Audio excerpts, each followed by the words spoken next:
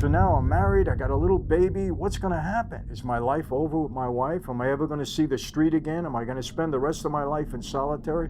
What's going to happen? I walk in redemption. Hey everybody, welcome to another Sit Down with Michael Franzese. Hope everybody is doing well. All is very good, very blessed on this end. As always, I give all the praise, honor, glory, and thanksgiving to my God for that. I think many of you know that I've been speaking really around the world for the past 25 years. And, most of the time I give my testimony when it's in a faith-based venue or faith-based talk, I would say. Other times I speak on leadership, on business. I do ministry, in prisons. I do a lot of different things. I've been very fortunate and very blessed to have, just a background where I can talk about a lot of things. And sometimes, I'm laying in bed in the morning and something will just pop into my head. Morning times are very important to me. I get up early. I do the social media thing. I reflect on the Lord a little bit. I do all my stuff early in the morning before I wake up. And something came into my head. I was just thinking about the quote, defining moments in my life, things that happened to me that had such a profounding impact on my life that sometimes they change the direction. Sometimes they just do something to you that really, really matters. And so I started talking about that when I was addressing different people. And I would say to them, when I speak to you about this, I want to relate my experiences, but I want you to think of yours. What are these defining moments in your life that had such a dramatic impact on you that they might have changed the course of your life or changed the way you were thinking? And, some examples, maybe, God forbid, you find out you have a serious illness. Maybe, God forbid, you get in trouble, you're going to prison. I always think of the bad stuff first, right? God forbid, again, you lose a family member, a loved one, somebody that means so much to you, and it kind of changes the dynamic and the course of your life. And then it could be a great thing, you graduate college, you'll never forget, you put all that hard work in, the career that you wanted to have, it finally materializes. You get married, you have a child, a grandchild. A lot of great things could happen. You get a promotion at your job, but these are defining moments that have a very strong impact on your life. And I started to think back on mine, and you know what? I have many, and I'm not going to sit here and bore you for hours about them, but I want to kind of relate the experiences for me that were really defining moments and had a dramatic impact in my life and in some ways changed the course of my life. I can go way back, but I'm not. I think the first one that I could say I have is when my dad went to prison and got that 50-year prison sentence. That was in 1970. I was just turned 19 years old. And it was dramatic because it changed the course of my life in many, many ways. I was the oldest of my three siblings, and my mom was then going to be alone. I had just entered college. And I knew things were going to change because, in a way, I had to take care of my brothers and sisters and my mother. Because my father said to me, Mike, I'm depending upon you now. We had a talk when we were in MDC, the federal jail in Manhattan. And he said, I'm going to rely on you now, to take care of your mom and your brothers and sisters. And he also said, I'm innocent of this case. I got to prove my innocence, so I'm expecting you to help me out. And it was kind of a defining moment. Now, did everything change for me at that moment? No, but things started to go in my head that maybe this isn't the course of action. Maybe being a doctor, because I had entered college and I was a pre-med student at that time, was going to be different. So it was a defining moment when my dad went away.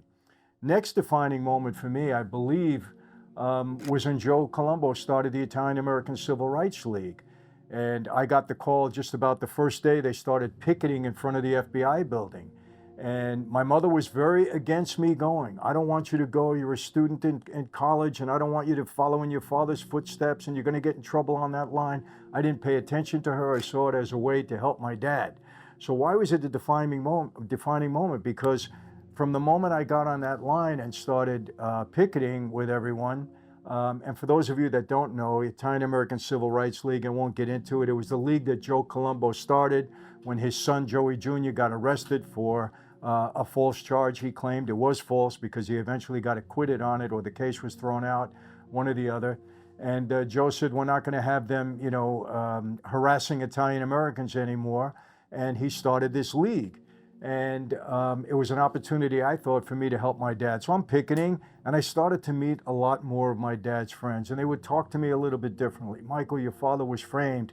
What are you doing going to school? If you don't help your father out, he's going to die in prison. So I'm starting to think about that, some defining moments that happened on that line. Next, when Joe Colombo got killed. I mean, I was about 12 steps away from him when, well, not killed, I should say, when he got shot, eventually died from the wounds. He lingered for several years. But that was a defining moment because I couldn't understand at that point. I wasn't really into the life and I didn't understand what happened, but it really was, to see somebody shot, somebody that you really cared about. I love Joe Colombo. He was a mentor of mine. He kind of took me under his wing when Dad went away, and it was really very upsetting for me. And it started to make me think differently. Next, when I tell my father in prison in Leavenworth, Kansas, I'm not going to school anymore, Dad. If I don't help you out, you're going to die in here. And that was the time when my dad said, okay, but if you're going to be on the street, son, I want you on the street the right way. And I've never said this before, but I'm going to say it now because, look, I want to be as honest as I possibly can for you. My father asked me one question. He looked at me, he said, Mike, I got to ask you this, and I want an honest answer. And I said, what, Dad? He said, if you ever had to kill anybody, could you do it? And I thought about it. I mean, it wasn't a question you normally get asked. Remember, I didn't grow up to be a street guy. I was an athlete in school. I was going to be a pre-med student. Of course, I knew my dad's life. I was around it, read all about it, went through all the trials with him, visited him in jail and prison, the whole thing, but never asked a question like that. And I thought about it for a minute and I said, Dad, if the circumstances were right, I believe I can do it. He said, that's the right answer. So life-changing, because that's when he proposed me for membership in Cosa Nostra, the Colombo crime family. Defining moment, changed the direction of my life. No longer a student in school, going to be a doctor. Now I'm going on the street, being a recruit to eventually become a made man. Defining moment, changed the whole trajectory of my life. Let me ask you at this point, are you thinking about this? What was a defining moment in your life that might have had such a dramatic impact on you, changed your thought process, changed your environment, changed your career choice? What was it? Was it something good, something detrimental to you? What was it? Think about it now and reflect on it. And was it a good thing? If it was a bad thing, it's something that you might still be living with that you can change. Think about that. So, next thing, obviously, I'm a recruit, and, in 1975, I become a made man Halloween night, and obviously, dramatic moment. Now I'm a made guy in the family, life-changing experience, different responsibilities, took a blood oath, the whole thing, life-changing, changed the course of my life. The next thing I think that was really a defining moment, and I'm skipping through some because, like I said, I'm not going to tell you my whole life story. I wrote a book, and there'll be a movie coming out and the whole thing. You can watch it then. But next thing that happened, I told you people, in that life, one of the horrors of that life is you make a mistake, your best friend walks you into a room, you don't walk out again. And it is one of the horrors of that life. I have to say that. And understand, up until this point, I love my dad, man. I idolized my father. He was my hero. He was my mentor. I really cared about him. I loved him, and I know he loved me. And, there was some stuff. We were both captains at the time, and there was some stuff going on without getting into all the detail. But, that night, I got walked into a room, and I found out at the end of it, and it was serious, people. It was serious. I've described it before, so I'm not going to get into all of that again. I've described it in past videos. But it was a night that I thought I might have gotten killed. Obviously, I'm here. It worked out. I got grilled. I think it was kind of a setup. People wanted to put me in my place at that point because I had a very successful crew, making a lot of money. People might have thought I had aspirations of going further in that life. I didn't, but I was a captain at that point. Who knows what the thought process was? I found out that night, later that night, that my father had been in that room before me, and he didn't stand up for me. He really didn't. And it's true. And I want you to understand something. This is not sour grapes. I'm not trying to badmouth my father or demean my feelings for him in any way. But it was life-changing for me to realize that my father did not 100% support me in such a serious situation. Whatever his reasoning, his motivation was, I'm not going to get into that. I understand it now. I've gone into that subject. I know it went wrong back then. I didn't love my father any less, but it was life-changing because it really made me consider that life and my involvement in that life, because I said, wow, if this life can separate father and son, what do I really have here? And it started me thinking. I never said anything, but I can tell you this, people, I realized that if that incident didn't happen that night, I probably would never have walked away from the life, because I wouldn't have wanted to betrayed my father's feelings for me at that point in time, because I knew he was a stalwart for that life. That was it. He would never walk away. He would never betray his oath. And I believe until today that because I'm a Christian now and a person of faith, and I'm going to jump, I don't want to, jump ahead to the end of this, that God had planted a seed for me, that he had to break this dynamic tie I had with my dad, my earthly father, because he was preparing me for something else, to be, a man of faith for my heavenly father. And I believe this was the incident. It was dynamic. It was a defining moment. It was in many ways life-changing, because it was the first thing that made me consider walking away from that life.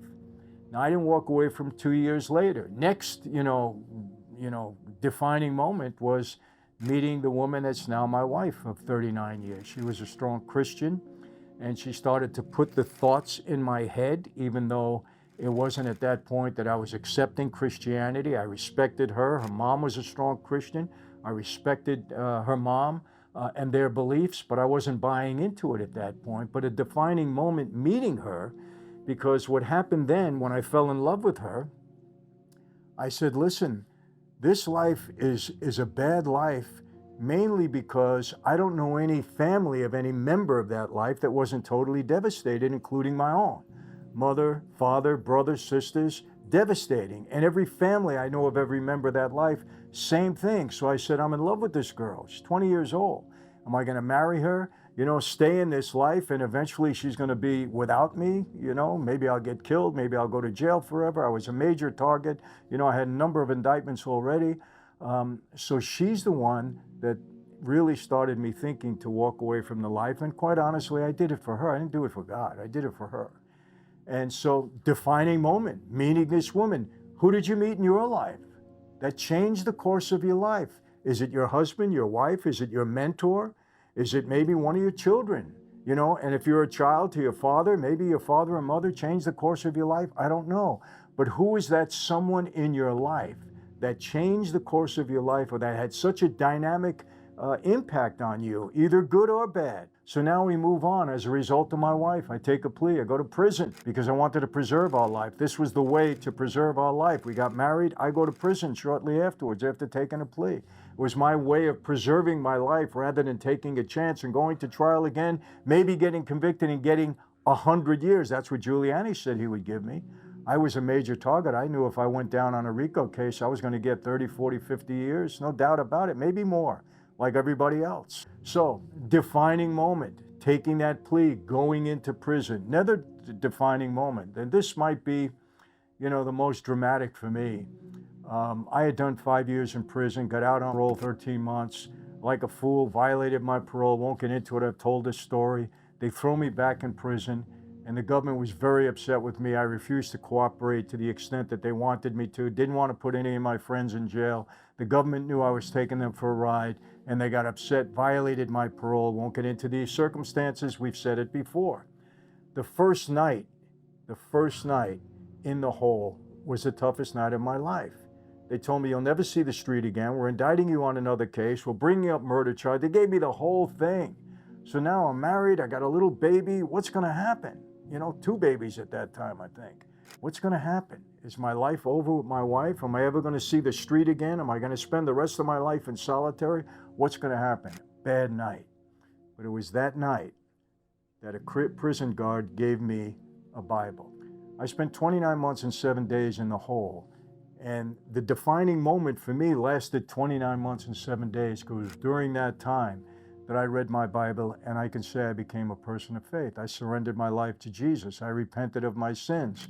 these two verses, Proverbs 16:7, Proverbs chapter 3, verses 5 and 6, were indelible in my heart, my mind. Change the course of my life. I'm going to walk away from this life for good. I'm never turning back. I'm going to be a person of faith. Now, again, doesn't mean I'm a perfect person. I'm not going to say that. Yes, we're all still sinners. We certainly are better. We don't live in a pattern of sin. Life-changing, life-changing, entering into a relationship with Jesus Christ. And people, I'm going to leave you with this. There is no more life-changing event in your life, okay, than accepting Jesus Christ as your Savior. What's the proof of that? When I walked out of prison in '95, everybody predicted my death. Read my book, go back and look, do the research, Google me, whatever. Ed McDonald, you're a dead man anyway. The FBI, we got word from informants, you're dead. Oh, that's all I kept hearing. Word on the street, you're dead. Yeah, I had all the threats, the whole thing. But here I am, 30 some odd years later. I'm married 39 years. I have 7 children. I have 7 grandchildren. I have a thriving ministry. I'm in business. I walk around publicly. God had a different plan and a purpose for my life, people. That's the only answer. I can't claim the credit. I didn't have a clue what I was going to do. I never thought I'd be a speaker. You know, God engineered all of this, and there's no question about it. Engineered it all. I believe it with all my heart. Why would I say it? Nobody's paying me to say this to you. Okay, God had a profound influence on my life, people. And that's why it was the most defining moment in my life. And have certain things happened after that? Yes, but nothing as dynamic as that. Obviously, the birth of your children, you know, your 25th anniversary, things like that, you know, just more defining moments than just happy moments. I have to mention one other thing. You know, I grew up believing that my dad was my adopted father.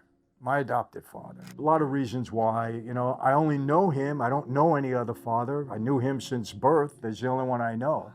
But I grew up believing that, and in some ways it shaped who I am, because I wanted to please my dad, believing that we didn't have the same blood, and I wanted to prove to him that I was the best of all of his children. So I worked hard to get in his good graces all the time. My dad loved me. I'm telling you that, and I loved him. Well, I write a book in 1991. And in that book, my co-author interviews my mother. And she, for the first time, reveals that Sonny Franzese was my real father. That's what she says in the book. And she stuck to that afterwards. Now, you know what? I said, Ma, why didn't you ever tell me that? She says, what's the difference? He was your only father. He's the only father that you know. I said, Ma, what do you mean, what's the difference? I worked hard all my life to prove myself to him. She said, I told you once or twice you didn't have to. And she did. People have said to me, Michael, take a DNA test. Why? He's the only father I knew. He's my dad. That's it. And you know, I'm going to tell you something, people. There used to be the thing, you know, in Italians, we always say, blood is thicker than water. I don't believe that in every case. How many families do you know that don't talk to each other? You know, goes back to Cain and Abel, when Cain killed Abel. You know, blood is not always thicker than water. There's a lot of family disputes, a lot of family dissension, a lot of stuff that goes on. When you get somebody that you love, you don't have to share the same blood. I think husband and wife can prove that. You know, sometimes you have such a friend that you're just best friend you'll die for. I have a friend, my friend Tony. He's my partner in Slices. I know him 40 years. Okay, I got a problem. I call Tony at 3 o'clock in the morning. Boom, he's here. That's it. There's no blood between us, but we share that. The point in all of this is to get you to think. You have defining moments in your life. There's no question. Things that happen to you that changed the course of your life, that had such an impact, that might have changed your thinking. A person that you met, an incident that occurred, something great, something not good. What I want you to do now is reflect on that. And if it's something bad that you might be involved in right now, or something that led you in the wrong direction, something that led you to drugs, something that caused you to gamble, something that caused you to walk away from people that you love, is it time to reverse that situation? Can you do it now? Think about it, reflect about it. Because people, you know what? We only get through this life once. We got to try to do it the right way. We only get one shot at it. But again, I'm going to leave you with this. And if it's something good, you know, then, and maybe you haven't told that person, hey, you had such an impact on my life. You know, reflect on it. Reflect on it now. And people, I will tell you this, you know, I'm not trying to impose my faith on you. I certainly am not trying to turn you into a Christian. I can't do that. You know, only God can do that. But I will tell you this. I'm going to leave you with this. There is a heaven and there is a hell. There is an eternity. And we're going to be in one place or the other. There's no question about it. And as a Christian, I believe with all my heart, and that's why I'm sharing it with you, because I'm required to share it with you. Mark 16:15, New Testament scripture. Go out and preach or share the good word, which is Jesus Christ, with all of creation. I've been doing it for 25 years. I don't do it as much in these YouTube channels, but I'm doing it today because God put it in my heart to do it. So I'm sharing my experiences with you, and I just hope you'll take a look. Lastly, for those of you that are interested, that think that I could be of help to you, I am going to be starting an online Bible study once or twice a month. I can't, commit to it too often. Probably going to start it early October. It's going to be free. I'll be announcing it on all my social media platforms, on X, on Instagram, Facebook, YouTube, even Rumble, because I want as many people to join in as possible. It's free, not asking for anything. This is just my sharing with you. And I'm not a Bible thumping guy. This is not going to be me talking about, all this kind of stuff. It's not. We're going to be getting into issues in our life and just give you a biblical perspective on it. And I think you're going to appreciate it, people. I really do. So, if you're into that, let me know. I like to hear it in the messages. Hey, Michael, this sounds great. Michael, come on, stop. Don't do me, the Bible stuff. I don't want to hear it. Whatever you want to say. We love to hear from you. Okay, so that's it. Hope you enjoyed this today. It's just sometimes I like to share my heart with you, and that's what I did today. Defining moments. So, how do I always leave you, my friends? Same way. Never going to change. Be safe. Please be safe. Be healthy. God bless each and every one of you and your families. And I'll say this now every time. God bless America, because we need the Lord blessing our country. I'll see you next time.